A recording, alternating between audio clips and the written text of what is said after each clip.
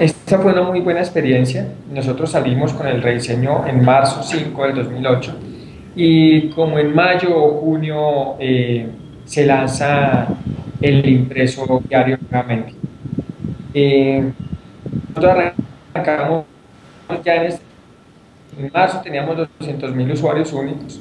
Cuando arranca el rediseño y hasta que se lanza el impreso diario, alcanzamos a hacer 400.000 usuarios únicos, es decir, con el solo rediseño de la página web duplicamos nuestra audiencia. Y cuando viene toda la campaña del impreso diario, pues obviamente hay un disparo en el número de visitantes bien importante porque la gente ya empieza a entender que somos diarios y que todos los días puede conseguir información en el espectador.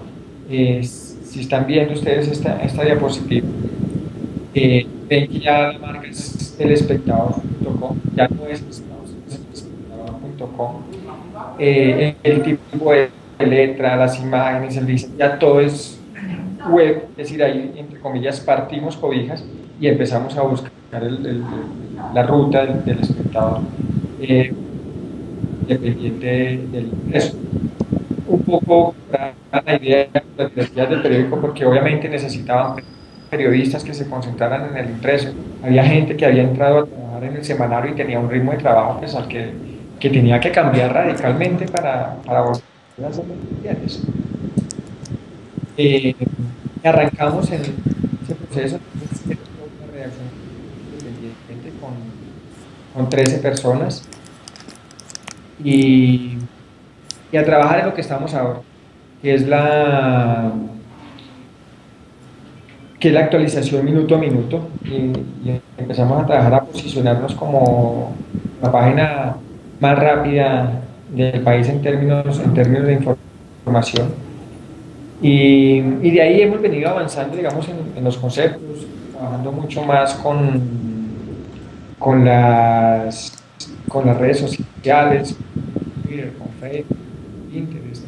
Eh, Hemos ya empezado a hacer más de eh, un par de años transmisiones en vivo.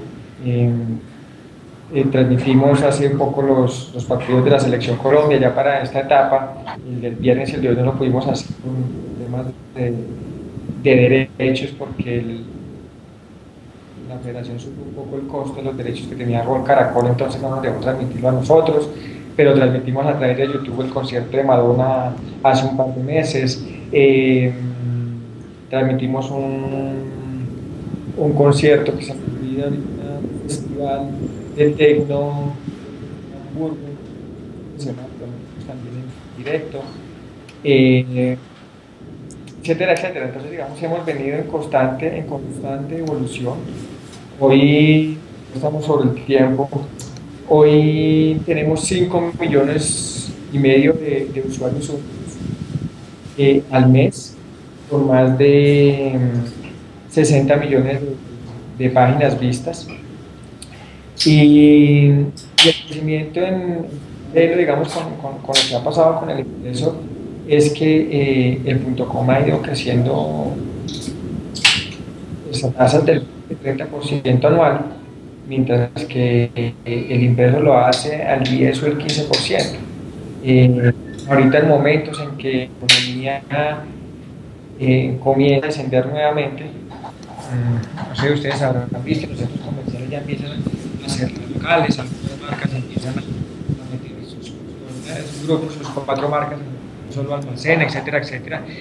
Ya se empieza a mirar con preocupación el futuro del impreso. El periódico ha tenido, no es un secreto que recortar paginaje, no se ha recortado personal todavía, está muy la cantidad de los que comenzamos en el diario. Pero por el contrario, en el impreso no se ha crecido, pero no se ha disminuido. En el .com sí, ya somos casi 20 personas y estamos pensando en meter más gente al equipo. Hoy ya no somos solo .com, sino tenemos una versión en iPad, tenemos una versión en móvil en donde tenemos casi 1 millón de usuarios conectados al mes. Y vamos por el camino digital. Y entonces en este momento ya estamos pensando en qué va a pasar en el futuro con la marca. Y lo que tenemos claro hasta ahora, y la decisión que hemos tomado, por eso esa frase desde el comienzo, es que hoy somos una marca multiplataforma, somos el espectador, que es una marca que genera información, información de calidad, que genera opinión, pero que no es un impreso, sino que está en múltiples formatos. Está en el iPad, está en web, está en los dispositivos móviles y bueno, estará en las otras plataformas tecnológicas que vengan hacia adelante. Por eso hoy no somos un impreso con medios digitales, sino somos una marca que está en múltiples formatos. ¿Qué significa eso para la audiencia? Pues puede consultar la información del espectador como bien quiera. Por las mañanas, tomándose un café con el impreso, en el Transmilenio o en el carro, consultándolo por el iPad o por el móvil, o a través de las redes sociales, desde el celular, etcétera, etcétera. Es decir, puede ubicarla en cualquier dispositivo que tenga, a través de cualquier sistema puede encontrar la información del espectador. Y para el espectador simplemente significa la diversificación de un negocio que en el medio tradicional a veces es más complicado. Quiero como resumir esta última parte, por lo que ya estamos pasado un poco el tiempo, pues quisiera abrir hacia el interrogante, una pregunta.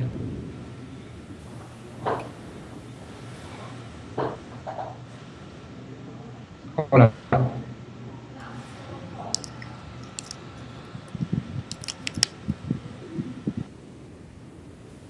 Leonardo. Sí. Leonardo, por acá tenemos una pregunta de Simón. Dice que quisiera saber hasta qué punto los géneros periodísticos, pues ya en opinión suya, se van a transformar o si se van a mantener de la misma forma como los conocemos, obviamente considerando la transición que se viene viviendo pues desde hace unos años con el ingreso de las nuevas tecnologías ya no tan nuevas. Bueno, yo no creo que los géneros se transforman. Yo creo que alrededor de esto hay como una gran explosión de inquietudes y de temores, sobre todo en la gente que hace parte de los medios tradicionales, porque dicen, claro, es que hoy todo es noticia, hoy todo es el minuto a minuto y 140 caracteres, y la crónica, el análisis, la opinión, la profundidad se van perdiendo.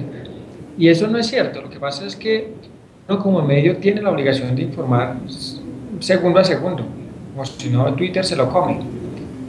Lo que pasa es que usted tiene también la obligación de que se informó segundo a segundo sobre, por ejemplo, hoy el triunfo de la selección Colombia. Usted tiene que contar de momento que va perdiendo 1-0 frente a Chile, que empató, que Falcao hizo el 2-1, que Teófilo hizo el 3-1, pero más tarde en la versión de iPad o en el mismo .com, pues tendrá que el periodista deportivo hacerse una muy buena crónica del partido y seguramente la gente la leerá y la compartirá. Y mañana en el impreso pues tiene la obligación de hacer todo un análisis de qué pasa en la era Peckerman. ¿Sí? Cómo ha podido transformar el fútbol colombiano, cómo es posible que en 2 partidos se hayan hecho 7 goles cuando yo no conozco mucho de fútbol, pero creo que en la historia de selecciones colombianas nunca habíamos hecho 7 goles en 2 partidos. Entonces hacer un análisis mucho más profundo, y entonces ahí tenemos el minuto a minuto, tenemos la crónica, tendremos mañana el análisis. Que toca hacer video, que toca hacer audios, que toca hacer multimedia, sí, pero usted puede hacer una muy buena crónica en audio, puede hacer una muy buena crónica en video. Es decir, yo creo que lo que pasa es que tenemos más recursos para utilizar nosotros como periodistas. El medio es mucho más exigente y yo creo que lo que hacemos es ganar recursos y medios que perder géneros. La gente no busca géneros. Yo les invito a pensar cuando acceden a una búsqueda en Google, a ver si ustedes buscan crónica acerca de las FARC, crónicas del proceso de paz, crónicas de largo aliento, no, ustedes buscan procesos de paz, o ustedes buscan Iván Márquez, o buscan Juan Manuel Santos, o buscan Fran Per, bueno, lo que sea, y Google les arroja una cantidad de información, y ustedes escanean y encontrarán la mejor información, y escogerán y se quedarán con la mejor información. Después se darán cuenta si viene del espectador, si viene de otro medio, si viene de un blog, etcétera, etcétera. Y después ya se darán cuenta si fue una crónica, si es un reportaje, si es una investigación. Simplemente el público demanda información. Como nosotros se la mostremos, depende de nosotros. Lo que tenemos es que ya sea crónica, ya sea investigación, o ya sea el género que sea, darle la mejor información a la audiencia y mantener el equilibrio y mantener el sentido crítico. Si no perdemos eso, seguimos sobreviviendo y el tema de géneros es un tema más de los periodistas que lo que demanda la audiencia. Leonardo, otra pregunta. De pronto en el país no se está viviendo todavía, pero el New York Times pasó de ser un medio, digamos, completamente abierto a cobrar por el consumo de algunos contenidos, y algunos medios, digamos, a través de sus dispositivos o aplicaciones móviles ha empezado a cobrar. En este sentido, ¿será que el espectador, qué piensan ustedes o cómo ven ustedes allí esta situación de cobrar por los contenidos que se publican en la web? Si esto será viable en algún momento en el país, o ustedes cómo lo visionan desde allá. Yo tengo dos respuestas. Una, desde el punto de vista de consumidor de Internet, y otra desde el punto de vista de editor digital de la espectador. Uno con la camiseta de la empresa y otro como consumidor. Como consumidor le digo que uno no está dispuesto a pagar por información, a no ser que sea una información espectacularmente buena, ¿sí? Y si uno tiene en cuenta que en Estados Unidos hay una cantidad de blogueros que son analistas muy buenos, que en Europa hay una cantidad de blogueros que son gente experta en una cantidad de temas, los que ustedes quieran, y gente con MBAs, con doctorados, con postdoctorados, con investigaciones, con lo que ustedes quieran, que simplemente comparten información sin cobrar un peso, solamente con el ánimo de compartir información. Pues es muy difícil que uno quiera pagar por información. Ahora, ¿qué pasa con el New York Times y qué pasa con los medios? Y aquí me pongo la camiseta de empresa periodística. El problema que tenemos como empresas periodísticas es que pues tenemos que pagarle a los periodistas, tenemos que pagar a las agencias de comunicación, tenemos que pagar las investigaciones que hacemos, tenemos que pagar los taxis, el transporte, etcétera, etcétera. Entonces los medios estamos tratando de buscar alternativas de negocio. Una de ellas es cobrar por el contenido, que es lo que hace New York Times. Eso lo hizo New York Times hace 10 años, lo hizo el País de España hace 10 años y les tocó retroceder porque no les funcionó. Ahora están haciendo nuevamente un intento con esto de cerrar a partir de 20 noticias o cerrar a partir de 10 noticias, etcétera, etcétera. Y hay varios modelos que hay en el mundo, los hemos estado mirando acá. Y es simplemente una manera de ver el negocio. Nosotros en este momento sobrevivimos y nos va bien, afortunadamente, con el ingreso por publicidad, que es el negocio de todos los medios siempre. El impreso nunca vivió de las suscripciones o de la compra calle, porque eso financia apenas el 30% de lo que vale imprimir un periódico. Si uno comprara El Espectador o El Tiempo Diario, ese periódico por costos de impresión podría costar 10.000 o 15.000 pesos fácilmente, y uno lo compra en 2.000 o 3.000. Y es financiado por publicidad. Entonces, digamos, nosotros vivimos en este momento la publicidad, y por ahora hemos dado parte del Comité Digital de Años y coincidimos todos los que estamos en esto, que vemos por ahora lejos cerrar, digamos, la web en Colombia a los contenidos, porque la gente no está muy dispuesta a pagar, y estamos buscando maneras de como rentabilizar lo que hacemos. Nosotros estamos en el proyecto de cobrar en el iPad, ¿sí?